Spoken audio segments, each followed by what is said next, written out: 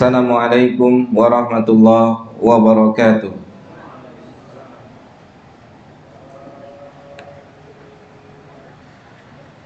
Alhamdulillahirabbil alamin. Wassalatu wassalamu atamani akmalani alal mab'uthi rahmatan lil alamin wa ala alihi wa ashabihi wa man sara ala nahjihi ila yaumiddin, amma ba'd. Alhamdulillah, segala puji milik Allah Subhanahu wa taala yang masih memberi kita semua kesempatan untuk berusaha mempersiapkan bekal kita menuju suatu hari yang pasti semua kita akan melaluinya, yaitu hari perpindahan dari alam dunia kepada alam akhirat yang diawali dengan yang bernama kematian. Semoga Allah Subhanahu wa taala memberikan kita semua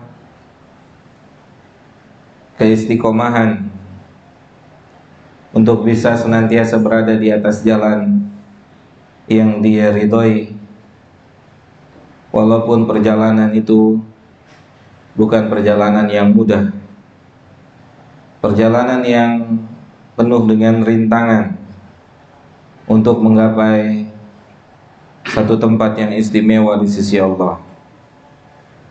Setiap kita tentunya merasakan begitu sulitnya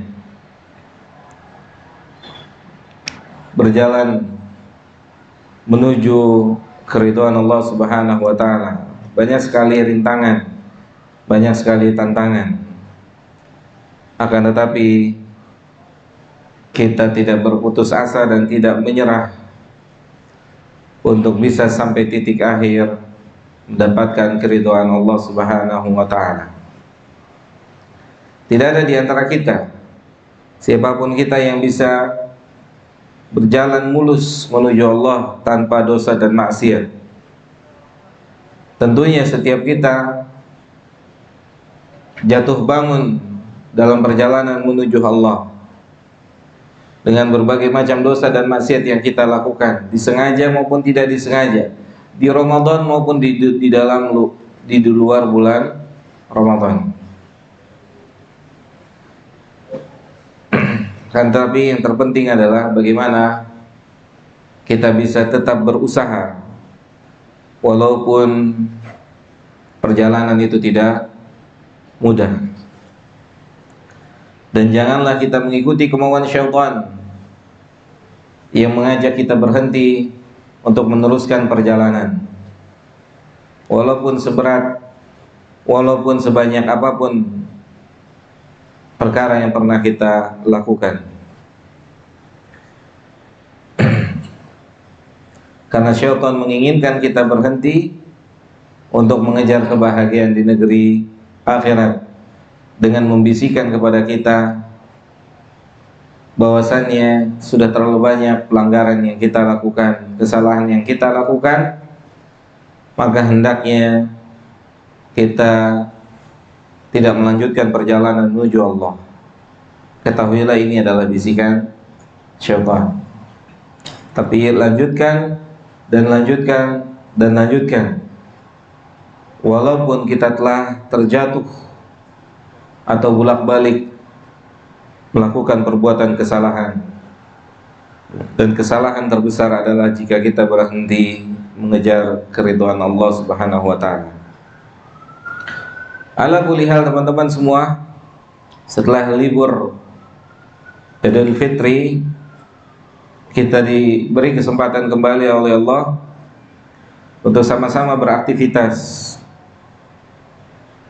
Aktivitas yang kita harapkan aktivitas ini termasuk bagian daripada aktivitas kebaikan sebagai bekal, sebagai persiapan sebelum bertemu dengan pencipta kita.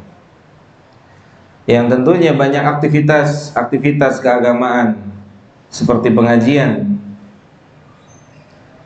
yang diliburkan untuk sementara waktu ketika hari raya Idul Fitri, dan insya Allah aktivitas itu telah kembali kita lakukan. Sebagian kita telah memulainya dan sebagian kita memulai di malam hari ini. Semoga kita diberikan taufik dan hidayah untuk senantiasa mengisi waktu kita dalam hal kebaikan. Baik teman-teman semua yang dimuliakan oleh Allah Subhanahu wa taala, pada pertemuan terakhir sebelum kita libur,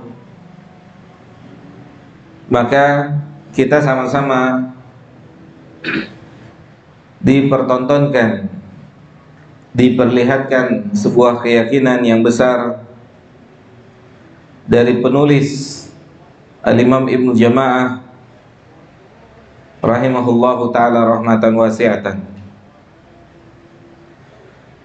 yang beliau mengatakan dengan penuh keyakinan, hasbuka bihadhihi darajah majdan wa fakhran, maka hendaknya sudah cukup untuk seorang pelajar, untuk seorang talib,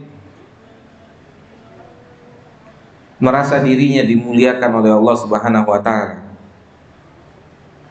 merasa dirinya termasuk bagian dari orang yang dipilih oleh Allah untuk menjadi seorang pelajar. Kemudian tentunya penulis memberikan alasan kenapa seharusnya seorang pelajar, seorang yang diberikan kesempatan oleh Allah untuk menuntut ilmu, merasa cukup dengan takdirnya ini, harusnya berbangga dengan apa yang telah Allah tentukan ini. Penulis mengatakan, karena tidak ada sesuatu yang lebih mulia di atas kemuliaan apa yang pernah menjadi pegangan para nabi dan rasul, yaitu kemuliaan menjadi seorang penuntut ilmu atau menjadi pelajar.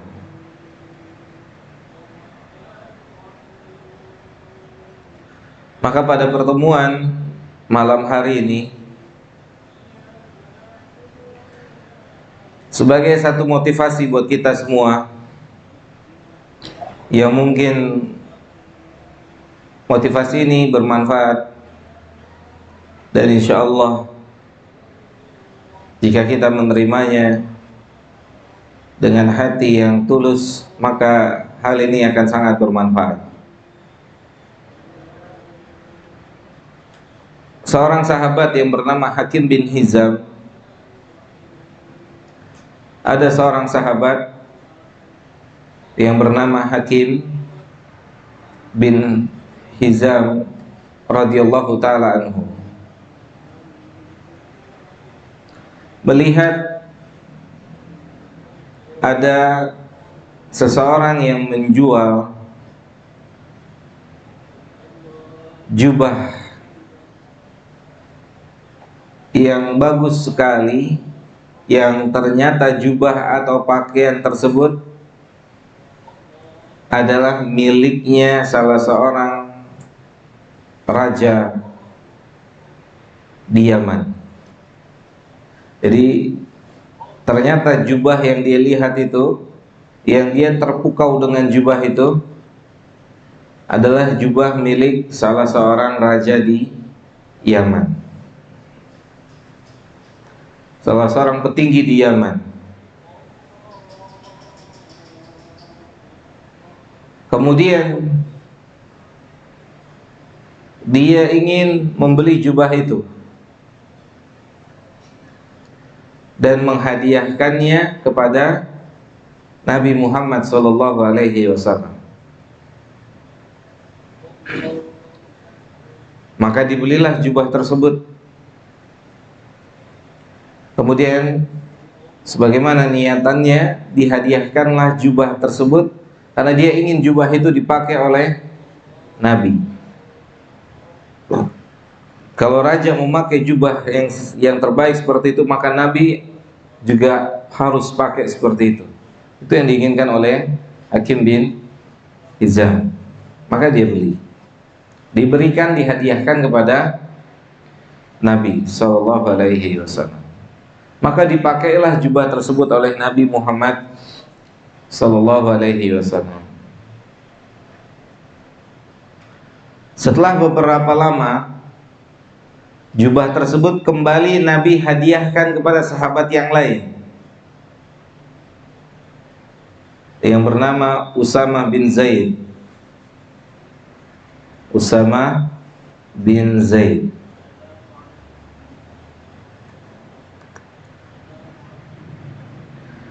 Dipakailah jubah tersebut oleh Usamah bin Zaid. Usamah bin Zaid memakai jubah tersebut. Kemudian jubah itu karena dipakai di tempat keramaian, terlihat oleh siapa yang kasih ke Nabi? Hakim bin Hizam. Dia lihat. Maka Hakim bin Hizam berkata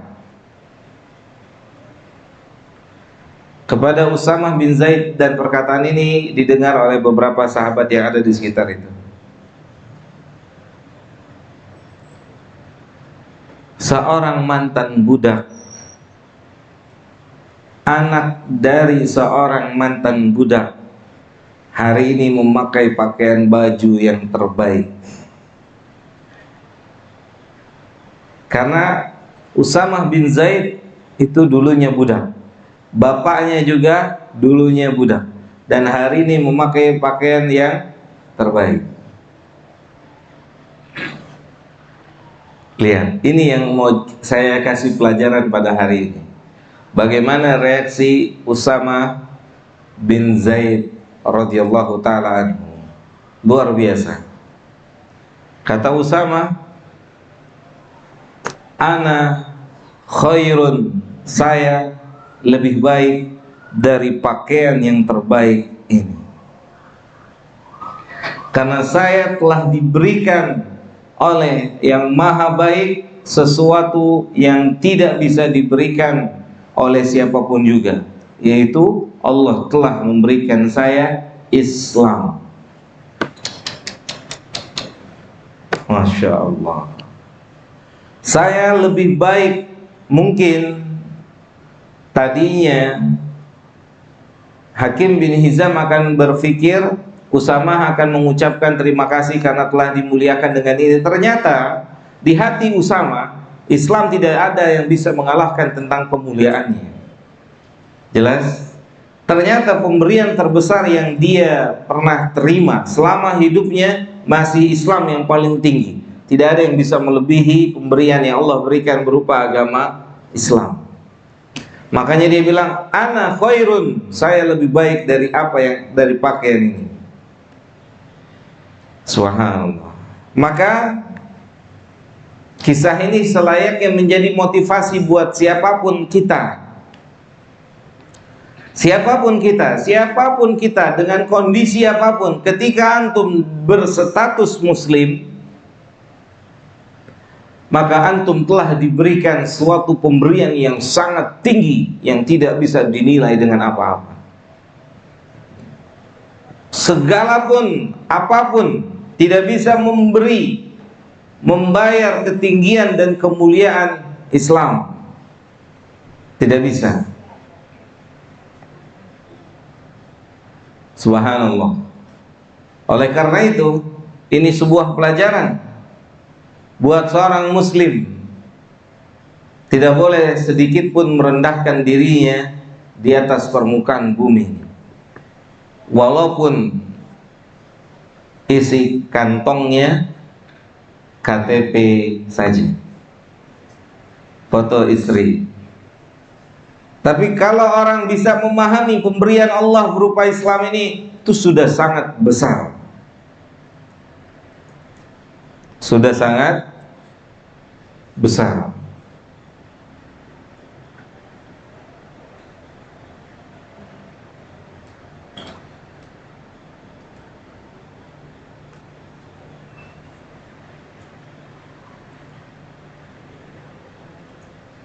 Antum tahu berapa nilainya agama ini? Nilainya agama ini berapa? Antum buka surat Ali Imran ayat 91.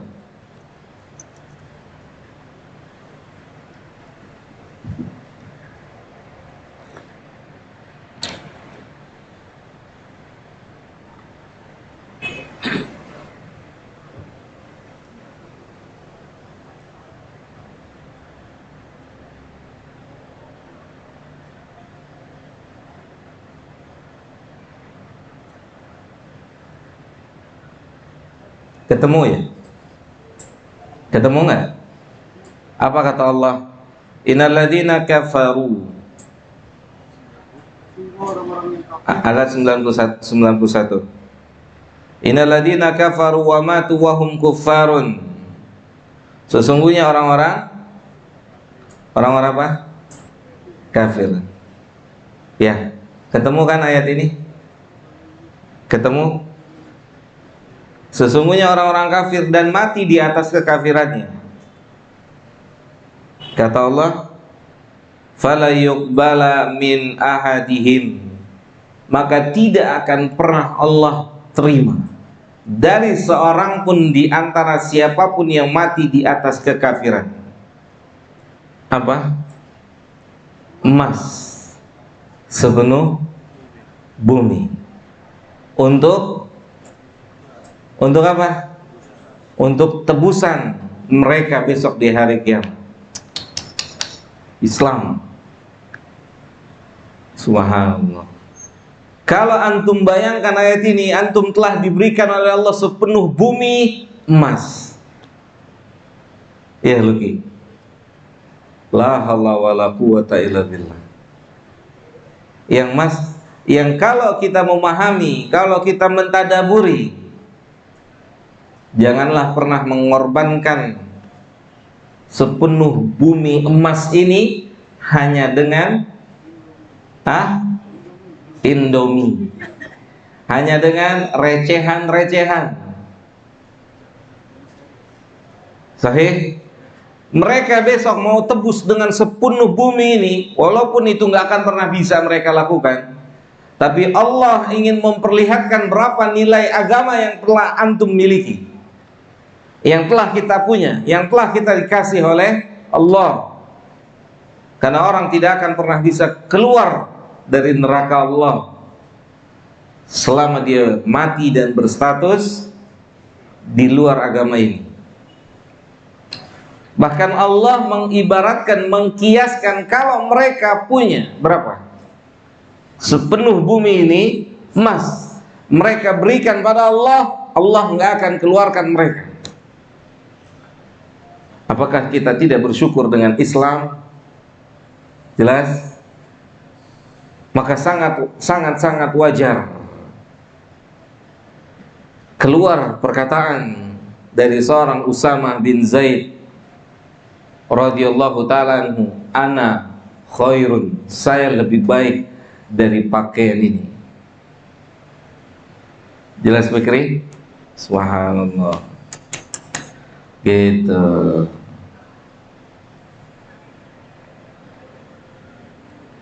Jadi pemberian siapapun, apapun, itu tidak akan pernah bisa mengalahkan pemberian yang telah Allah berikan pada kita berupa Islam.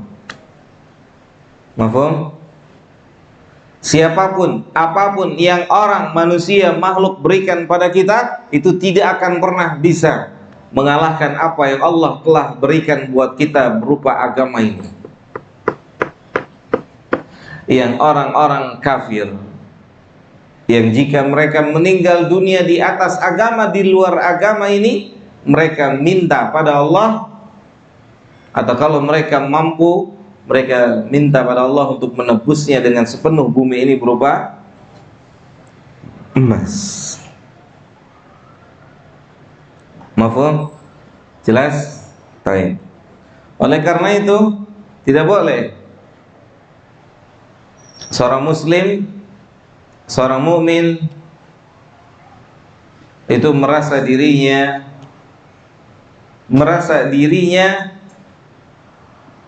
terhina atau menghinakan dirinya, tidak boleh. Karena apa yang telah dia miliki itu sudah sangat besar, berupa agama yang mulia ini.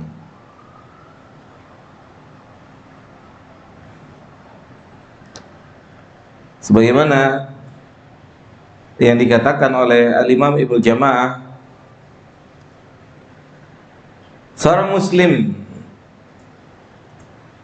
jika telah ditetapkan oleh Allah menjadi seorang penuntut ilmu, itu sudah sangat besar apa yang dia terima dari Allah Tabaraka wa Ta'ala.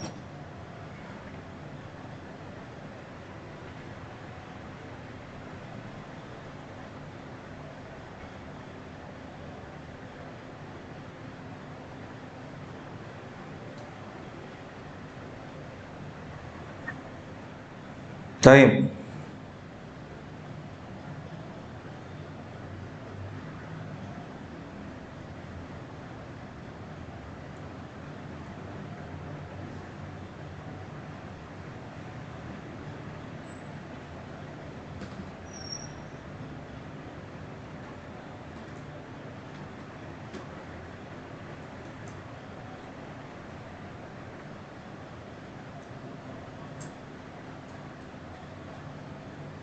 Sampai sini ada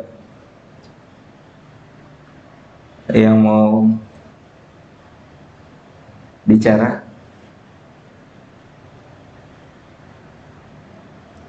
Silakan kalau ada.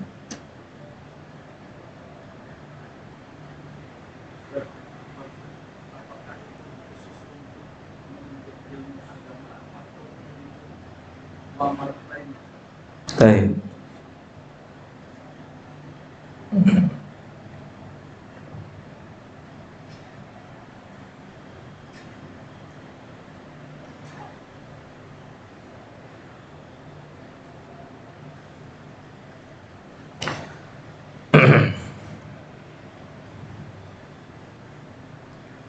Sebagian ulama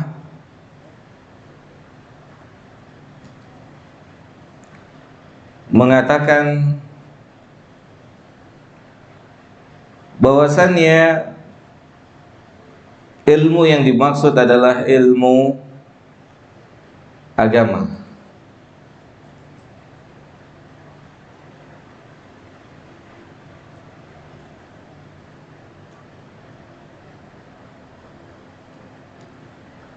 Karena banyak nas-nas yang mendukung, yang mengarahkan bahwasannya ilmu yang disebut atau ilmu yang dimaksud adalah ilmu agama.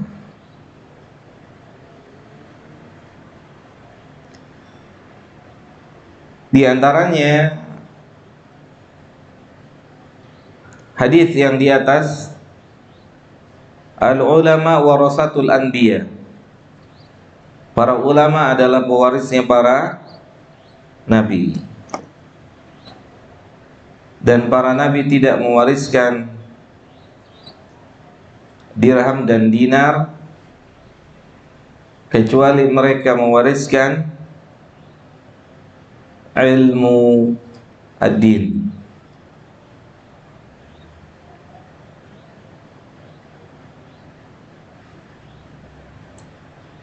Jelas? Baik, ada lagi?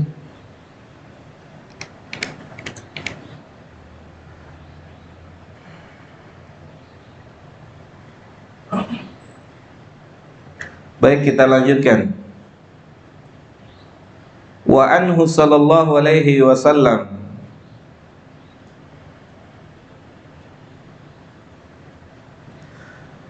dan dari Nabi Muhammad SAW,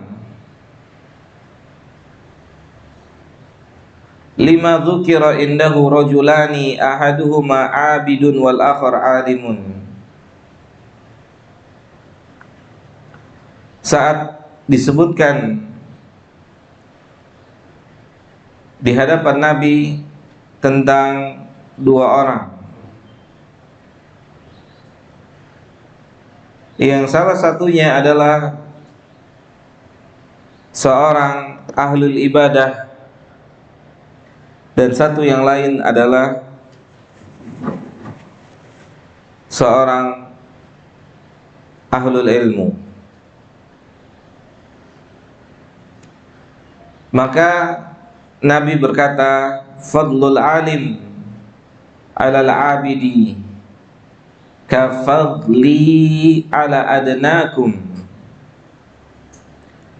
Keutamaan orang yang berilmu dibandingkan dengan seorang yang hanya beribadah atau seorang ahlul ibadah yang belum tentu dia adalah sebagai seorang ahlul ilmu, maka perbandingannya bagaikan keutamaan diri beliau dibandingkan dengan seluruh manusia. Riwayat hadis ini, sebagian ulama menyatakan hadis ini riwayatnya dhaif.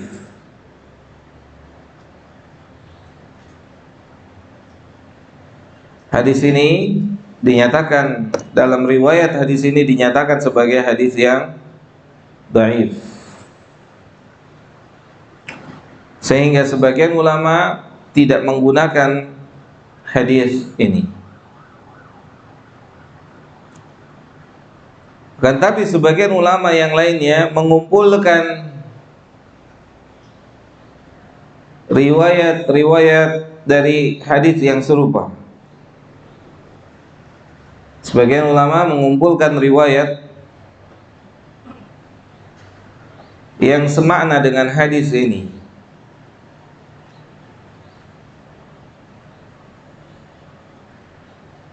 sehingga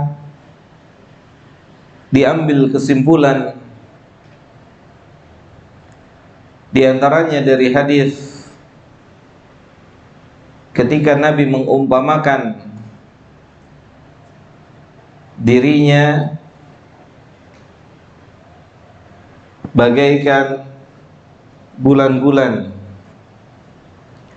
yang memberikan sinar kepada kehidupan manusia, yang beliau mengibaratkan bagaikan bulan dan bintang, yang jika bintang hanya bisa menyinari siapa?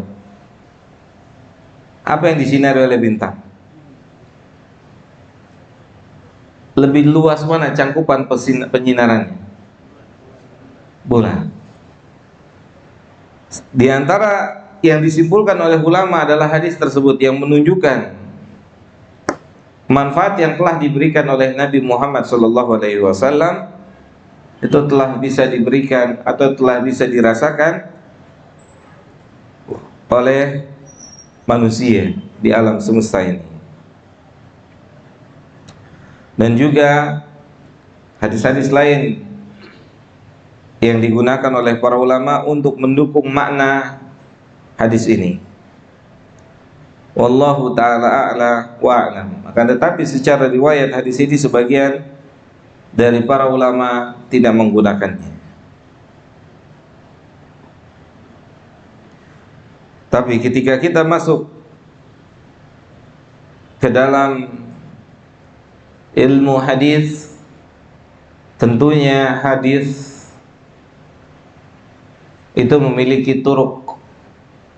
Turuk itu apa? Bukan bahasa Jawa ya. Bukan turuk bahasa Jawa, tapi turuk bahasa Arab, yaitu memiliki jalan-jalan yang banyak, yang dengan jalan-jalan tersebut sebuah hadis itu bisa naik derajatnya. Ada yang bisa naik derajatnya dan ada yang tidak bisa naik derajatnya. Oke, saya beri contoh ringan yang kita tahu, yang sebagian besar kita tahu. Hadis itu ada hadis sahih, hadis dhaif. Sahih, dhaif. Sahih terbagi lagi, sahih lidatihi, kemudian sahih li ghairihi, sahih li ghairihi. Yang pertama hadis sahih lidzatihi, sebuah hadis yang sudah sahih ketika dia atau walaupun dia berdiri sendiri, hadis itu sudah sahih. Dia tidak butuh penguat dari hadis-hadis yang lain. Berdirinya sendiri itu dia sudah dihukumi hadis yang sahih. Maka dia disebut dalam ilmu mustalah hadis, hadis sahih lidzatihi. Dia nggak butuh penguat karena dia berdiri sendiri saja, dia sudah bisa menjadi dihukumi hadis sahih.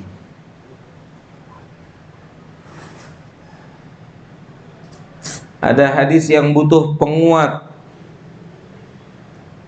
hadis yang butuh untuk menjadi hadis sahih, dia butuh penguat, butuh turuk, butuh banyak jalan. Dari banyak jalan ini hadis tersebut jadi hadis sahih. Maka sahih di sini disebut dengan sahih li ghairihi. Hadis dia bisa jadi sahih karena banyaknya jalan. Tentu kedudukannya berbeda dengan hadis sahih lidzatihi yang sudah berdiri sendiri dan dia menjadi hadis yang sahih. Dan ada hadis yang dhaif, lemah.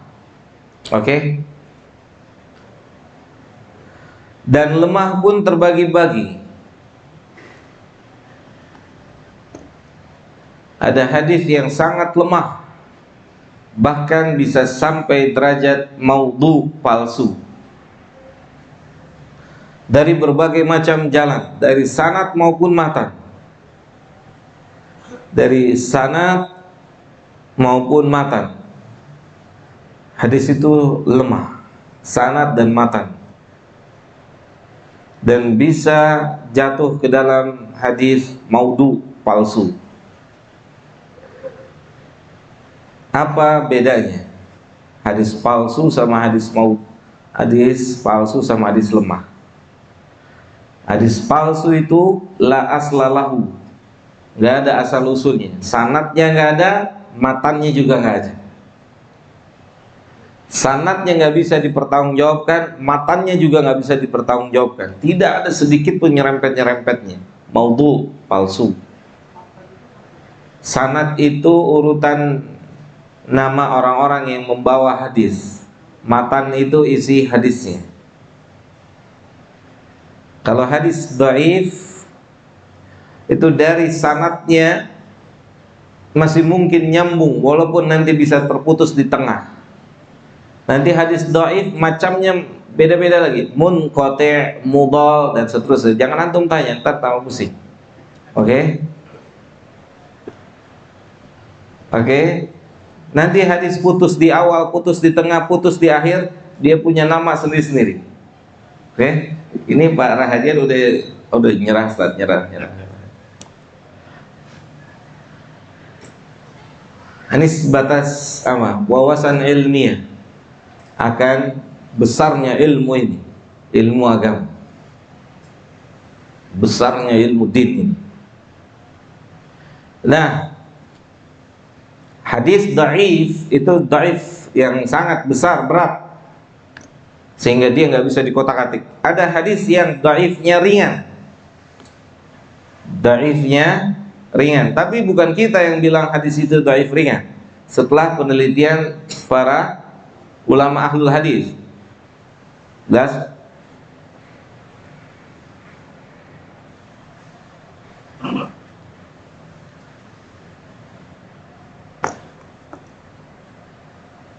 setelah diteliti,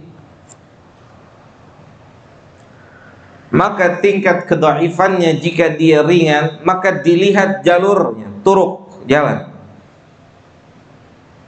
Dilihat turuk.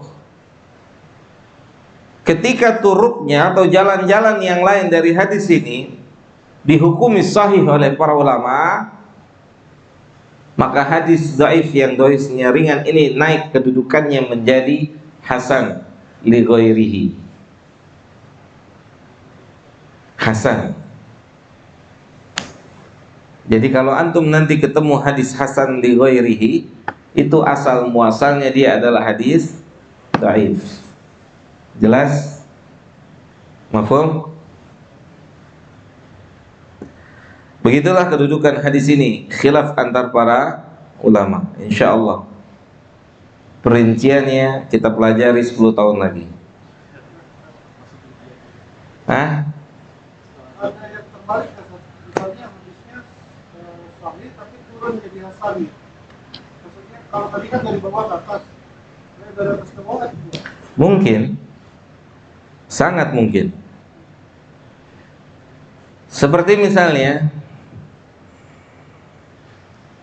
ulama dahulu mensahihkan hadis dan ulama hari ini mendhaifkan, atau sebaliknya. Dan itu mungkin di dunia ilmu, sangat mungkin. Ya. Pernah ada orang meremehkan Syekh Muhammad Nasiruddin Al-Albani. Buat apa Syekh bentakhrij hadis? Oke? Antum tahu ilmu takhrij? Takhrij itu ilmu untuk memeriksa kedudukan sebuah hadis dari rawinya satu persatu, diperiksa sampai di ujungnya, diperiksa. Kerjaan yang sangat luar biasa. Pernah ada orang meremehkan beliau dengan mengatakan, bukankah takhrij hadis itu telah dikeluarkan oleh para ulama yang terdahulu? Sahih? Sahih, paham maksud saya? Buat apa lagi Syekh Muhammad Nasir dan orang yang semisalnya mengeluarkan takhrij hadis lagi? Ini lafaz pertanyaan yang merendahkan. Sahih? Ana mau tanya sama antum, kita ke dunia apa? Ke alam dunia, ilmu dunia, bukan ilmu akhirat. Bukankah di setiap zaman, dari zaman ke zaman, tentang dunia ini selalu ada perbaikan dan perbaikan? Sahih?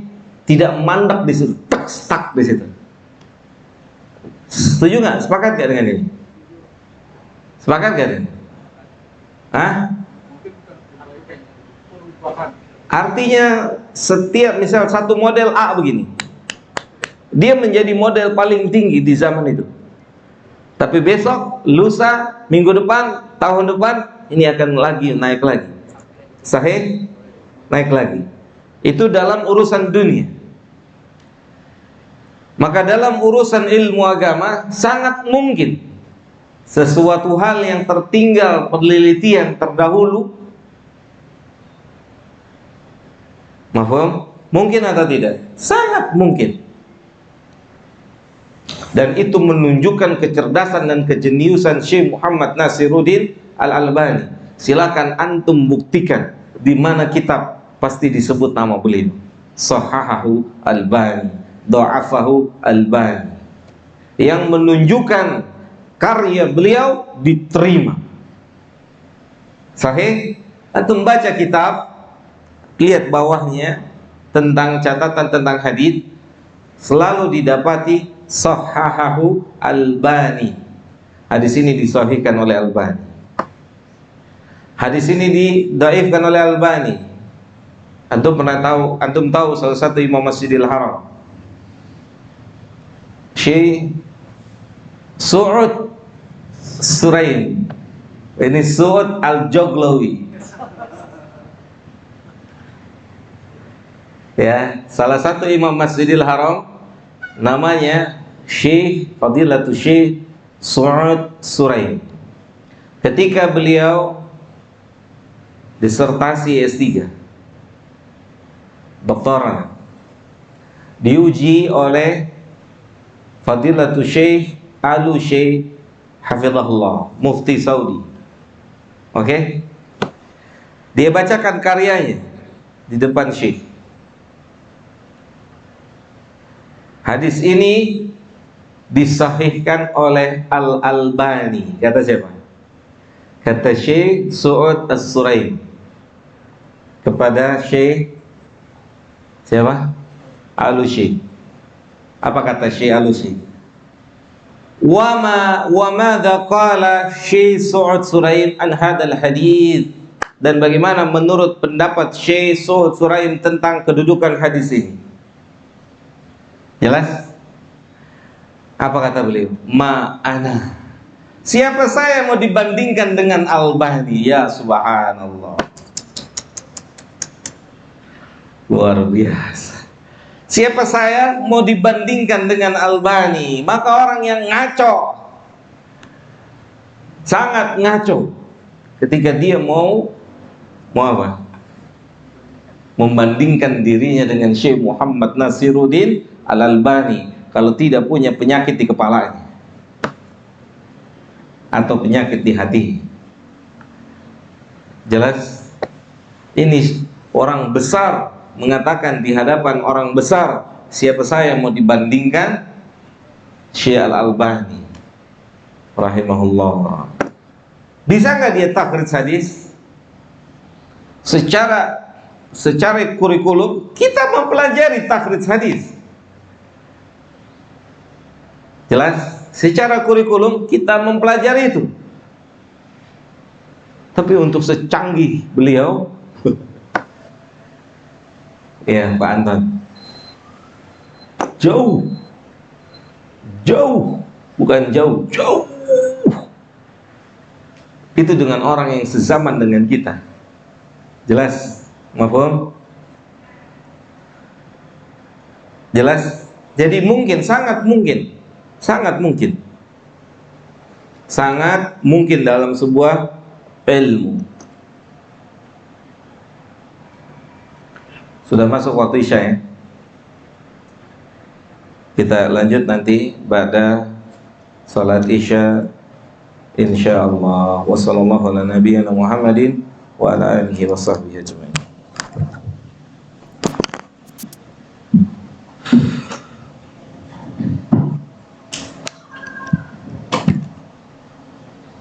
Allahu Akbar, Allahu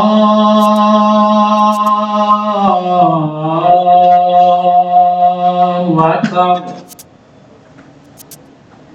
Allahu Akbar, Allahu Akbar.